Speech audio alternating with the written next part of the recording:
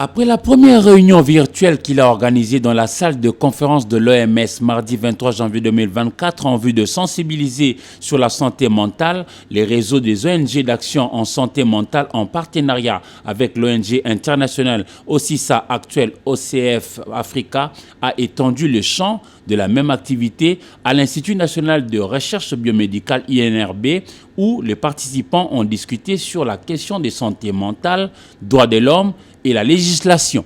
Il n'est pas possible de jouir d'autres droits quand on ne jouit pas du droit à la santé mentale. Donc, la santé mentale, le droit à la santé mentale, c'est l'oméga. C'est d'abord l'alpha. Le coordonnateur national de ces réseaux a plaidé pour l'examen à l'Assemblée nationale et au futur Sénat de la proposition de loi sur la santé mentale et son vote par les parlementaires de la législature 2023-2028.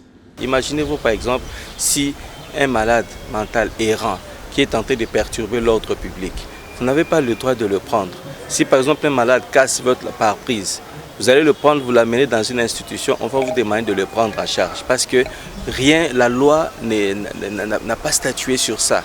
Et voilà les ajouts que nous avons apportés à cette loi cadre de la santé en général. On n'aurait pas cru à certaines interventions de certains participants. CNDH, en tant que responsable des droits de l'homme, s'est approprié même de cette loi en disant même que non, la loi sur la santé, c'est un droit de l'homme.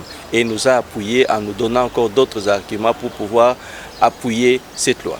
Il n'y a donc pas de bonne santé sans la santé mentale, a soutenu les réseaux des ONG d'action pour la santé mentale.